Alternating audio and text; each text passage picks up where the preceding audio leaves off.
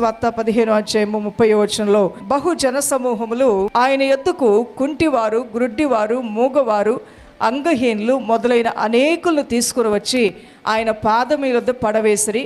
ఎవరెవరిని తీసుకొచ్చి పడేశారు? వాళ్ళు కుంటివారిని, గ్రుడ్డివారిని, మూగవారిని, అంగహీనులను మొదలైన అనేకులు తీసుకొచ్చి ఆయన పాదముల యొద్ద పడవేసిరి. ఆయన వారిని స్వస్థపరచును. ఈరోజు నీ జీవితాన్ని కూడా దేవుడు స్వస్థపరుస్తాడా లేదా? అది శారీరకమైన బలహీనత, అనారోగ్యం ఏది నీలో ఉన్నప్పటికీ కూడా ఇక తీరని రోగం నన్ను పట్టింది అని దిగులుతో, చింతతో నువ్వు కూర్చొని వేదన పడొద్దు. కానీ ఆ రోగంతో నువ్వు పోరాడితే దాన్ని నువ్వు జయించగలుగుతావు. వ్యాధులు, రోగాలు దాడి చేసినప్పుడు భీతిల్లిపోయి ఆ వ్యాధిని మీరు పెద్దదిగా వికృతంగా చేసుకొని అది తలంచుకుంటూ మనసులో వేదన పడొద్దు. కానీ దేవుణ్ణి గొప్పగా చూడండి. మీ రోగం మీ ముందు చిన్నగా కనబడుతుంది. ఇవి నా జీవితంలో లేవు, రావు అని అనుకోవటం పొరపాటు.